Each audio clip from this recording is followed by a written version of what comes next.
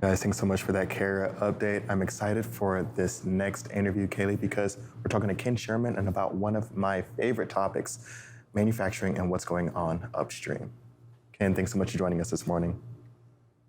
Thank you for the time. Nice to speak with you guys again. It's great to have you on again. I feel like this is kind of like every quarter we get a little bit of an update about what's going on in upstream manufacturing. And we are technically in a recession now. Anthony agrees with me on this. He gives me the economist thumbs up that yes, we're in a recession. And when we're talking about this, we're looking at different sectors of industry and how they're performing as we're moving into this economic downturn. So let's start off with kind of just a general overview of the manufacturing sector right now. What's going on? Yeah, so it's rather interesting. It's almost like it's really kind of an uncertain time because if you look at the industrial production metric as published by the Fed, we're at a record high. And then if you look at certain segments, they're doing pretty well in terms of volume. So we're seeing lumber still doing well on volume, steel still doing well on volume. Plastic and chemicals tend to be dropping off a bit. The challenge they're having, despite the discussion around inflation, is actually their price for the products that they're selling. So what we're starting to see is back to that my customer base is at the tail end of the bullwhip effect in supply chain. Their prices are getting whipped around. So if you look at things like polyethylene or lumber or steel, their prices are largely back to pre-pandemic levels. Copper is still up, a decent amount, and then everybody always talks about crude oil. So we all know, that's down from previous highs, but still, up from the pandemic. So that strong volume, but price challenges are creating that uncertainty for them in terms of what they're going to be able to do. Then on the, kind of the transportation side, you guys are well aware of all that's going on in the rail network. And, the one thing that they've got going for them is a more shipper-friendly STB at this point, who's trying to get them, better relief on the service side. And then on the truck side, like you guys have seen, rates are effectively falling for our customer base. So we do a lot of flatbed moves, and what we're seeing is the average move right now is $60 cheaper than just 2 months ago and about $150 cheaper than a year ago. So they've got some challenges on price, strength in volume, getting more favorable on the transportation cost side. But again, that's coming off of relatively significant highs in the not so distant past.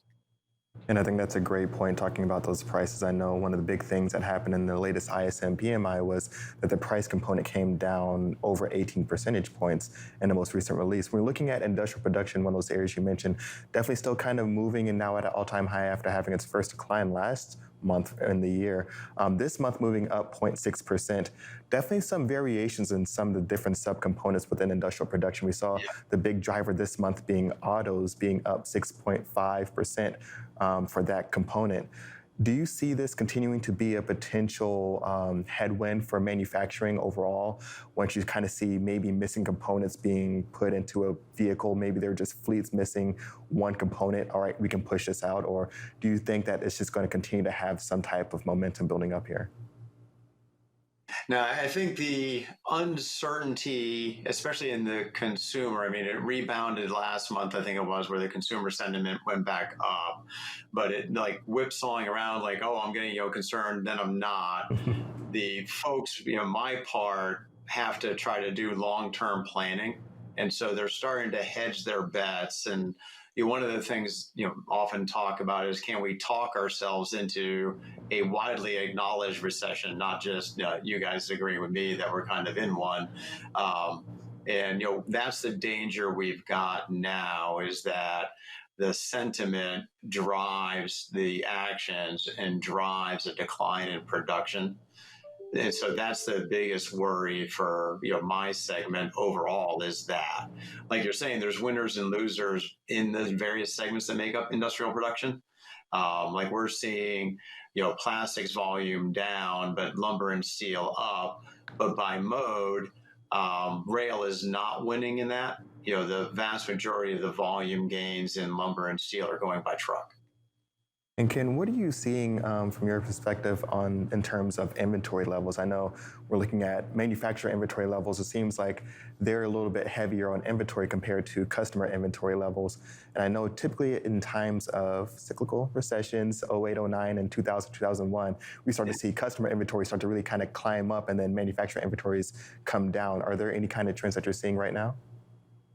Yeah, no, I think that's exactly what we're seeing is that typical cyclical stuff. And I've been here for almost 20 years now, and before that, I was in the plastics industry. So this really isn't much of a surprise in terms of what's happening, in terms of the consumer moving a little bit.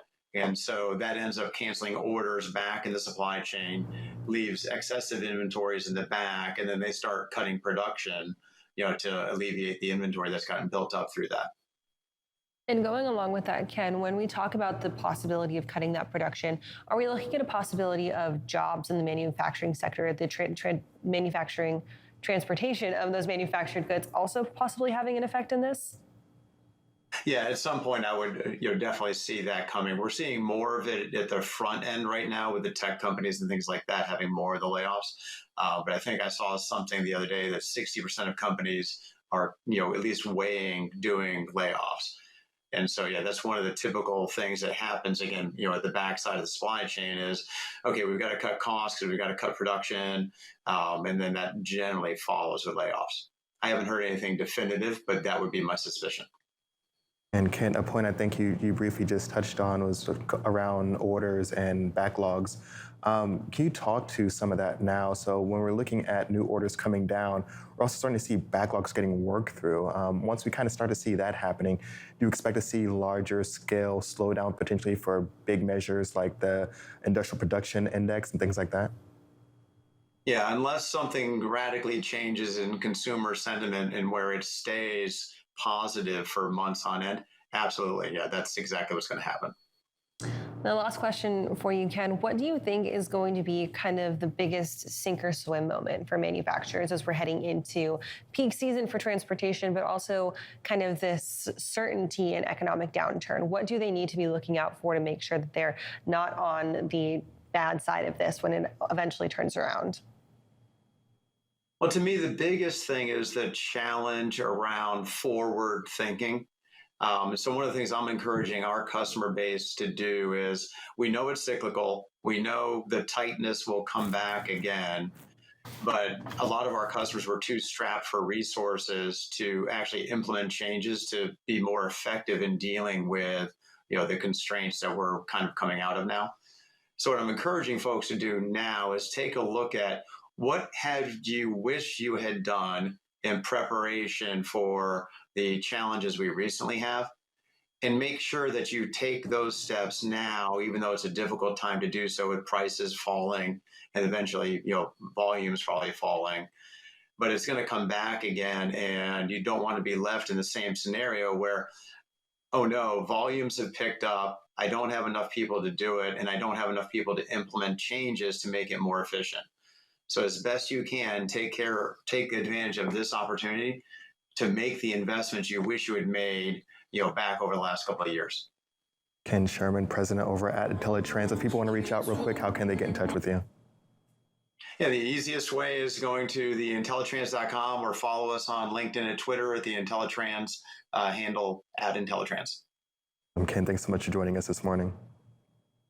Thank you. Appreciate the time. Have a great day. And we're going to catch up a little bit more with Ken a little bit further on in the future. But right now, we're going to catch up with one of the most talented women in the freight industry. That's Kaylee Nix, who has our next weather hit.